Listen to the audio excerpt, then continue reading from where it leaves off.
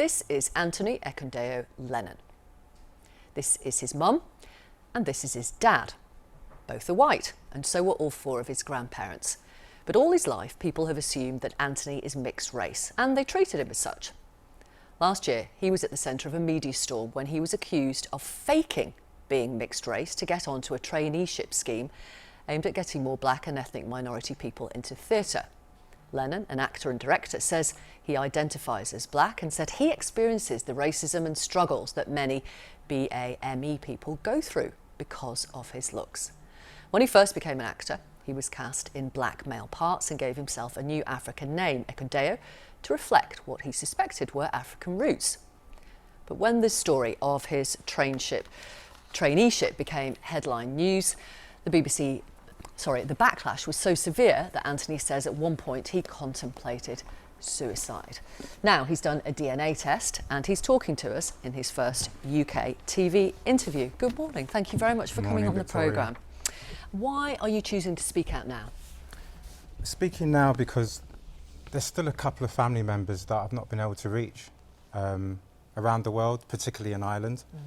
We've done the DNA results. They know the hurt and pain that my mum has suffered over the past few months, especially during last November. It was horrific. And also because there are a lot of people that I'm starting to speak to now. People are approaching me in the street, on trains, in theatre buildings, saying, your story has brought back to the fore a conversation that's been going on for a long time in this country and globally, and in particular in the theatre industry.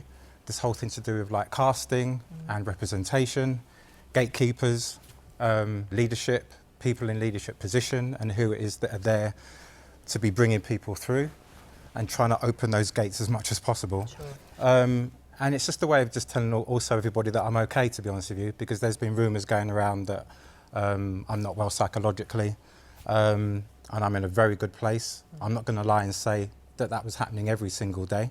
But you did consider taking your own life. No, this is really emotional being here right now, because as we've just heard, an artist is opening up to the whole world today, saying, when you say these things to me, when you troll me like this, when you say I'm ugly, you see, it's not the psychology of this. It's not about whether you are ugly or not. If you're continually told you're ugly, there are gaps and cracks that start to be created in your psychology, and then those gaps are widened and people just jump in.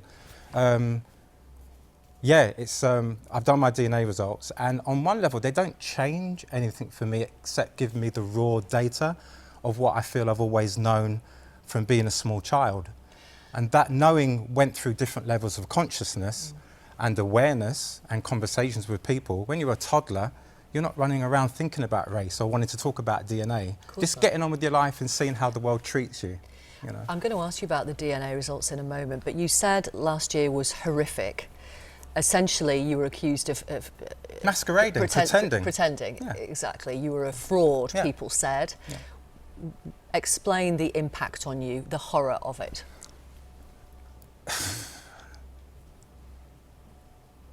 When anybody feels like a lie is being told about them, I think it's a natural human instinct to want to defend yourself and get the truth out.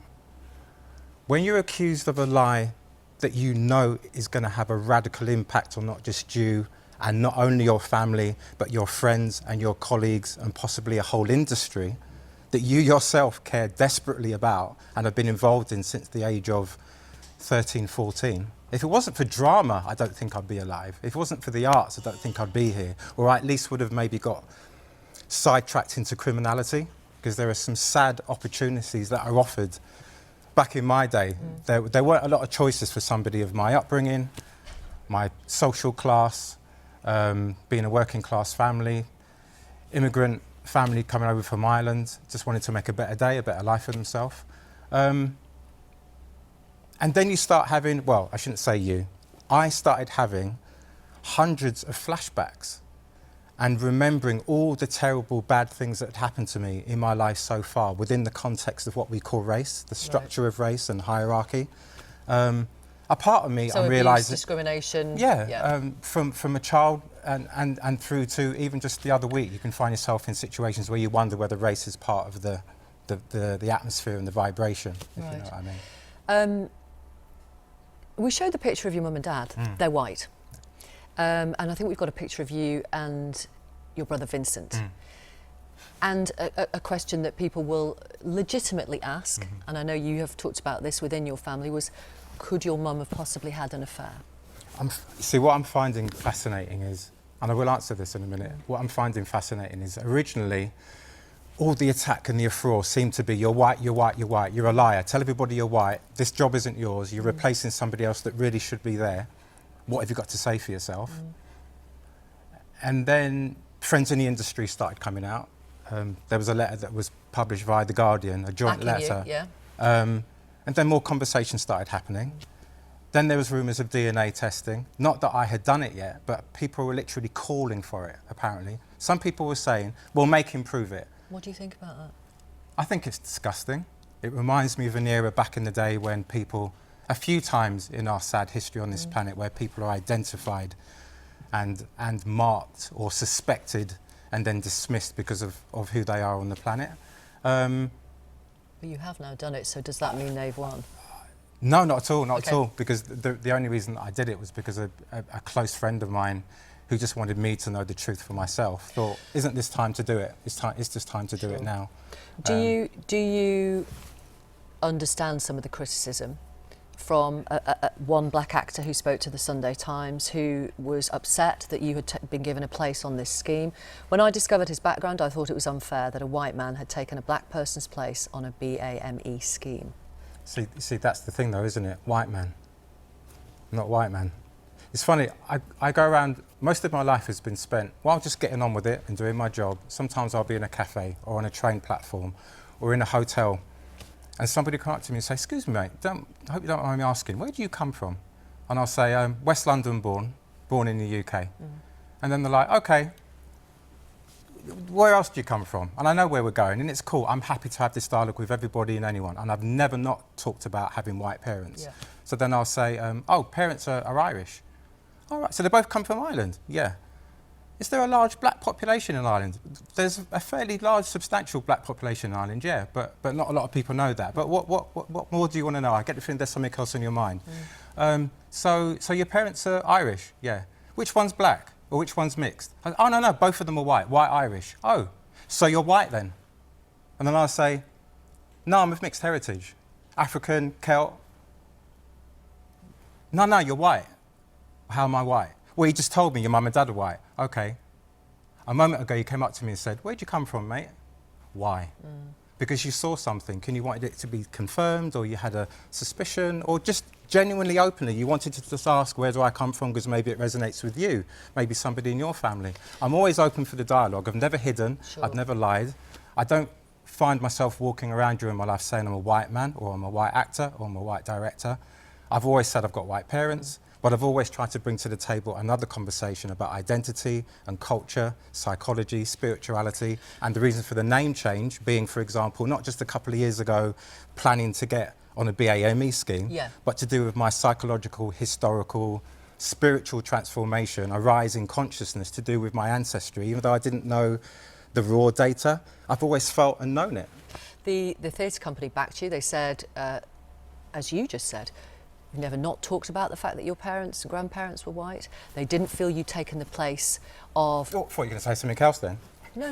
They didn't think you'd taken the place of somebody more deserving on that traineeship scheme. There might be black mums and dads watching you now thinking, maybe you did take the place of my son, my daughter. No, I hear that. In the theatre community and the arts community, and to be honest with you, the general West London community, especially for my inception that I remember, any African families, African Caribbean families, UK black, whatever the phrases we want to use, that ever approached me, dealt with my family, supported my family, people that have worked with me from the ages of like 21 all the way through to now, have always had an awareness and identification, I feel, I'm sure I've not been making it up, that there's a large and substantial black community, or areas of black communities all over the UK, and some of them work within the arts. The ones that I've engaged with have always had a feeling that there are black people who are of darker skin complexion and lighter skin complexion. When they see me walking into a room, they identify me as a light-skinned black man. friend of mine a few months ago, while I was going through the media storm, contacted an old friend of his who was a former police officer. Showed this friend of his the photographs of me when I was a toddler, teenager, and then actor, and then today. And just gave him a scenario. This child is taken, or disappears, been lost in the supermarket. Or, as a teenager, sadly falls into crime, he's just committed a robbery.